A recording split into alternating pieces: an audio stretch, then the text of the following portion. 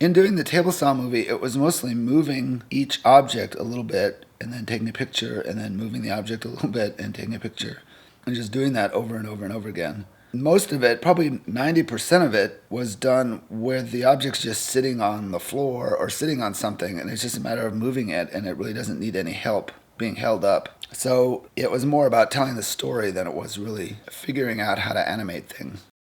Although there were a few spots where I wanted to do things a little bit differently than that.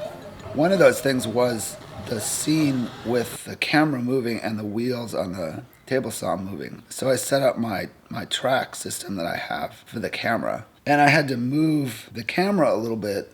And in doing this, I had to move the camera and turn the wheels within each frame, which wasn't hard to do. Probably the biggest issue was not hitting the track with my foot as I moved back and forth between the wheels and the camera. In doing the scenes where the camera pans and kind of follows the objects, I made a little platform that's got a bearing between two pieces of plywood that I can put the camera on so that the camera can rotate over frames. What I came up with and what I realized was that I needed to be able to move the camera just a little tiny bit between frames. So I made this long arm on the top plate so that I can move the end of this a little bit, which will then make the camera rotate just a little tiny bit between frames, so I can get a sort of smoother, slower rotation of the camera. And I put this little piece on the end so that it would hold itself up, and I could see on the floor how much I was moving it based on this little piece. But it worked pretty well as a sort of first try at something like this.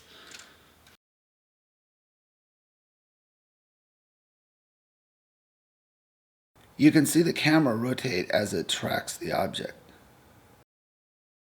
When doing the scene where the arbor comes up into the main box of the table saw, I sat down below and sort of behind the table saw and lifted the arbor into place so that I was hidden from the camera. For the small parts in the close-up scenes, I've found that I need to move everything slower. When you sort of get closer, you want the movement to get slower. If it's fast, it looks wrong. The problem that arises is that you have to be able to move the parts just the littlest little bit. So it takes some patience and some steady hands to do that. This is where having some jigs or some kind of device that would help move the pieces. Then for the scene where the parts are moving across the table saw, I used two-sided tape to hold them on the surface.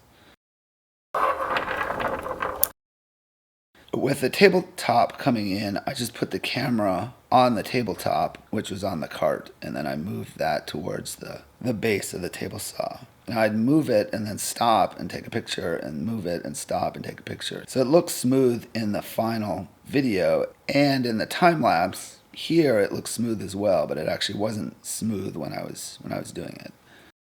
Then moving the top into place took just sort of brute force, but I'd sort of move it a little bit and take a picture and move it a little bit and take a picture.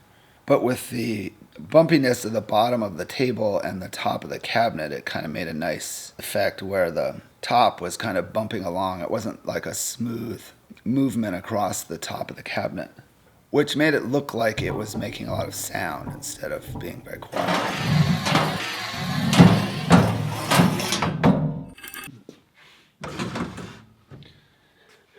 For the scene of the blade rolling, I first did it where the blade was flat on the table, and that seemed like sort of my first thought in doing it, and then it didn't seem as good as it could have been. It just seemed sort of easy, like I just moved the blade along the table.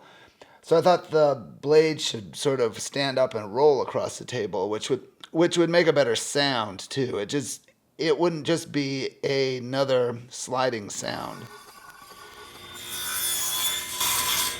So to hold the blade up, I just made a little L with a magnet on it, and then that really wasn't quite, didn't really have enough weight to it. I just put a clamp back here just for weight.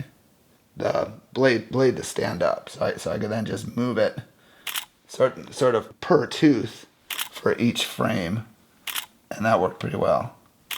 Now for the sound in the video, I recorded most of the sound, maybe 80 to 90% of it is new for this video, but I would just kind of record as I was going.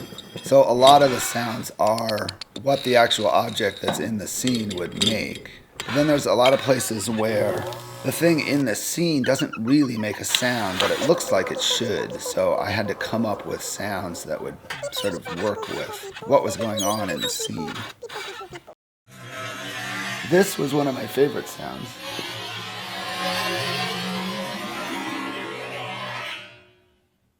But for the most part, the sound was pretty simple. It was just a matter of recording different things that I wanted to do and then building them up with the video. Many of the sounds aren't just a single recording. They're sort of one recording that's kind of a background, kind of filler sound, and then more sounds that are more like hitting sounds. I would say that are sounds where things come together, and your brain kind of wants to hear a sound when two things come together. So there's not really any effects to the sound. It's more just a matter of layering them together to make the soundscape that I needed for the scene in the video.